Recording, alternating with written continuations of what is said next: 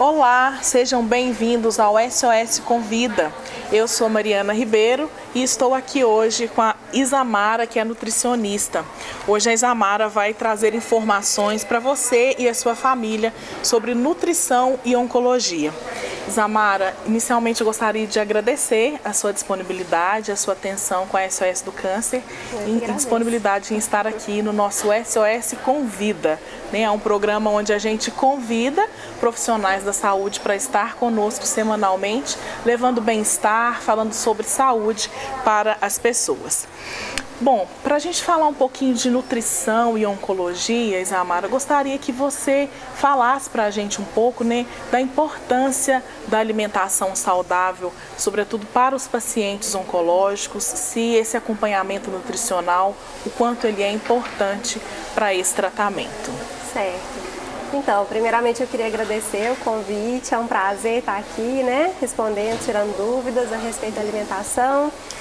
Então, assim, a alimentação saudável, ela tem que ser considerada em todas as fases da vida, não só em alguma patologia específica, desde o nascimento até a velhice. Então, assim, a gente deve considerar ter uma alimentação saudável como forma de prevenção. No caso específico do tratamento, é importante a gente priorizar mais ainda essa alimentação saudável, com alimentos mais naturais, retirar os alimentos industrializados e adaptar a alimentação de acordo com o tumor, de acordo com aquele câncer específico. Quer dizer que tem uma alimentação nutricional específica para cada tipo de tumor, para cada estágio também? Sim, porque dependendo do tratamento, o paciente pode apresentar sintomas diferentes. Aí, através desses sintomas, a gente vai adaptando a alimentação. Entendi, muito bom. A gente ouve muito falar, é uma dúvida constante das pessoas, e eu gostaria que você esclarecesse, O paciente oncológico, ele deve realmente evitar leite, derivados, ou é um mito, ou é um dizer aí da população? O leite e os derivados, eles são fonte de proteína e de cálcio. Então a gente deve incluir na alimentação, de acordo com a pirâmide alimentar, pelo menos de 2 a 3 porções desse grupo de alimentos ao dia. A não ser que o paciente apresente algum desconforto, alguma intolerância, aí a gente retira. Entendi. E esse acompanhamento, ele é importante, esse acompanhamento nutricional, por qual motivo, assim? As células cancerígenas, elas se alimentam de algum tipo de alimento específico ou não? Sim, todas as nossas células, elas precisam, de nutrientes. Mas todas as células, inclusive as células cancerígenas, elas se alimentam de glicose. A glicose a gente consegue através dos carboidratos. Então, digamos assim, a glicose tem o nome comum de açúcar, o açúcar do sangue. Então, digamos que as células se alimentam de glicose, de açúcar. Então, se a gente tem muito açúcar no sangue, as células vão se nutrir mais dessa glicose. Não quer dizer que a gente tem que excluir totalmente o açúcar, os carboidratos da alimentação. Só consumir de forma moderada. E o ideal é que o nutricionista faça o cardápio, elabore, oriente direitinho, de forma que, como o carboidrato é a nossa fonte de energia, não falte energia para a gente também. Entendi. É importante que o paciente também tenha esse acompanhamento para não faltar nenhuma nutrição, porque a desnutrição também para todo o indivíduo é muito prejudicial. E eu acredito que para o paciente em tratamento oncológico também seja muito prejudicial. Sim. A desnutrição, ela dificulta a evolução do paciente no tratamento, porque o paciente, quando ele está desnutrido, ele aumenta a permanência dele no hospital, dificulta a absorção de nutrientes, ele tem mais dificuldade para se alimentar. Então, tudo isso a gente deve levar em consideração e prevenir essa desnutrição nesse paciente. Entendi. No caso da desnutrição ainda, né, a gente percebe que alguns pacientes perdem, né, tem perda de apetite, às vezes que estão ou não em quimio ou radioterapia, né? E nesse caso, o que é o ideal? Como ajudar esse paciente para que ele não fique desnutrido? Como a família pode auxiliar nesse caso também? Sim, né, eu costumo falar assim que a gente tem que levar em consideração vários fatores, porque a perda de apetite, os sintomas, eles podem aparecer desde o diagnóstico, né? Às vezes por fatores emocionais, o paciente apresenta uma perda de apetite, às vezes não quer se alimentar, às vezes por ansiedade, né? O nervosismo ali daquela situação. Então é necessário um acompanhamento não só do nutricionista, como da equipe multidisciplinar, né? Seja de psicólogos, médicos, nutricionistas, enfermeiros, tudo acompanhando para a gente prevenir, né, que esses sintomas se agravem.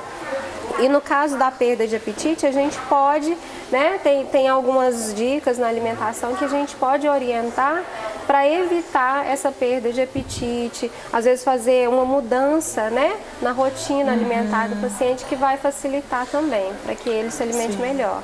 Os suplementos, né, alimentares, eles entrariam nessa questão de auxílio ou não? Os suplementos é quando a gente entra com a suplementação, quando o paciente não consegue ingerir aquela alimentação necessária por via oral. Aí a gente suplementa. Entendi. Né? Então a gente entra com suplementos quando o paciente não consegue se alimentar, se ele está com um quadro de desnutrição, igual a gente citou, né? Se a alimentação está sendo insuficiente. E é importante, assim, às vezes o paciente ele só suplementar com a indicação de um médico ou de um nutricionista, porque a suplementação sem orientação, ela pode, né, causar algum dano à saúde. Quer dizer que se a família perceber que o paciente, né, que o familiar ali adoecido está perdendo apetite, não está alimentando... Está tendo uma perda, né, de peso progressiva... Né? Igual a gente falou, o câncer ele vai se alimentar ali de glicose e a glicose é utilizada pelo nosso corpo para produzir energia. Então, se o corpo está captando essa glicose para alimentar o tumor, digamos assim, Entendi. A gente tem que observar, porque começa a aparecer uma perda de peso muito rápida. E o paciente perde nutrientes ali também? Pode acontecer de perder nutrientes, não só por esse fator, porque dependendo assim, o paciente pode apresentar náuseas, né, vômito, diarreia, pode comprometer a absorção dos nutrientes, né? Então a gente tem que avaliar tudo isso também. Certo. Você citou agora há pouco sobre a importância de um trabalho, né, de uma equipe profissional, né, da saúde, acompanhando aí esse paciente. A saúde brasileira, ela determina a presença de nutricionistas nessas equipes de tratamento contra o câncer? Sim, é obrigatório, né, a presença do nutricionista na equipe, só que nem sempre o nutricionista está direcionado só para o tratamento oncológico. Né? Às vezes ele tem um nutricionista para atender todas as áreas. Então, às vezes, o profissional pode acabar não dando uma atenção específica. Né? Eu vejo, assim, ao meu ponto de vista, é necessário, né, mais profissionais nessas áreas. Isa, tem algum alimento, né, alimentos que podem evitar, porque a gente percebe que tem alguns pacientes que queixam de retenção de líquido, inchaço, né? Então existem alimentos que você poderia citar e dar dicas para evitar isso? Sim, primeiro a gente tem que avaliar como que está a alimentação desse paciente, questão de hidratação, né? Tem alguns alimentos que realmente facilitam, né, a eliminação dessa retenção de líquido, né? Os alimentos que contêm mais água na sua composição, mas o que a gente tem que atentar muito é se o paciente está consumindo aqueles alimentos que ajudam a reter, como os embutidos, aqueles alimentos que têm muito sódio. Às vezes até um alimento doce, ele pode conter muito sódio na composição, que pode alterar aí, né, essa questão da retenção de líquidos. Então, o ideal seria o quê? Avaliar a alimentação como um todo para poder direcionar quais alimentos ele deve evitar e qual priorizar. Sim, muito interessante. Bom, nós falamos de alimentação, né? E eu queria que você falasse um pouquinho da água, né? Qual a importância da água? A gente já ouviu relatos de pacientes que queixam que a água provoca náusea, que a água fica amarga. Sim. E nesses casos, porque a água é muito importante para a saúde de todos nós, né? Com certeza. Gente, o nosso corpo, ele é composto 70% de água. Então, assim, a gente precisa manter uma boa hidratação. Né? A gente consegue ver pela pele, né? O nosso corpo mostra quando a gente está desidratado. Sim. E a sede, ela é o primeiro sintoma de desidratação. Então, a gente não pode esperar sentir sede para tomar água. Então, o paciente, quando ele está em tratamento, ele tem alguma dificuldade realmente com a água, porque dependendo do grau que ele está no tratamento, ele pode sentir, o medicamento atrapalha um pouco o paladar. Né? Então, ele vai sentir mais dificuldade, a água vai ficar com um gosto mais amargo, um gosto metálico.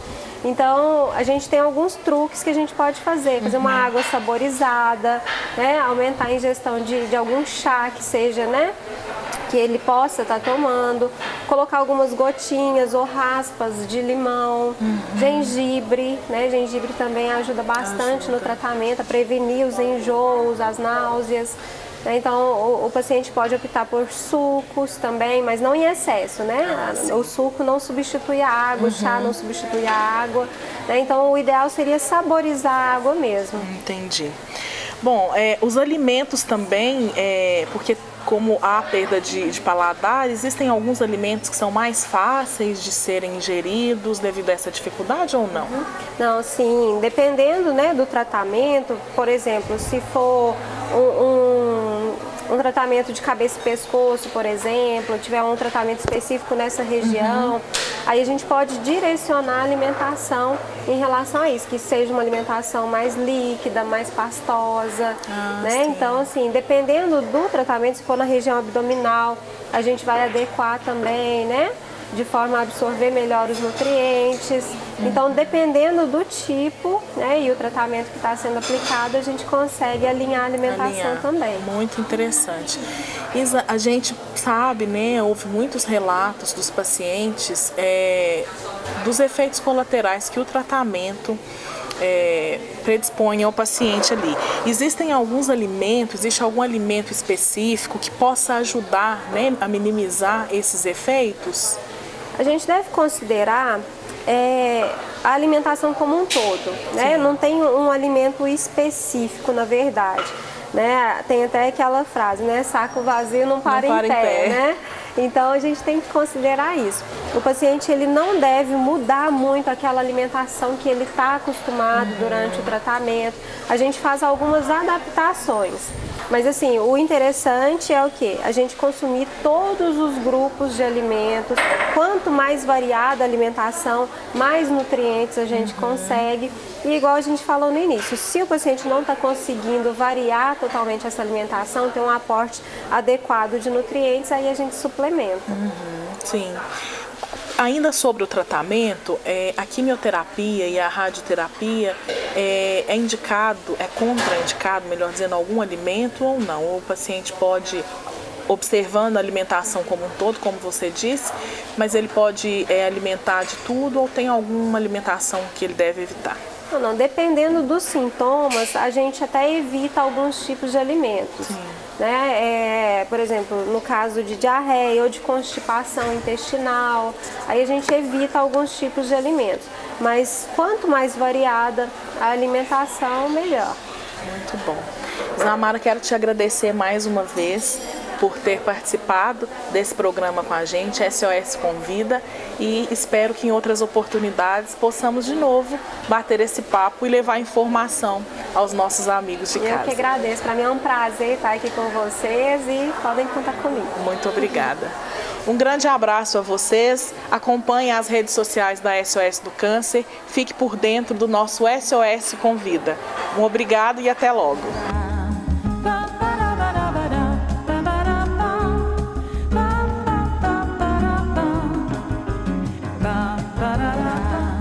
ba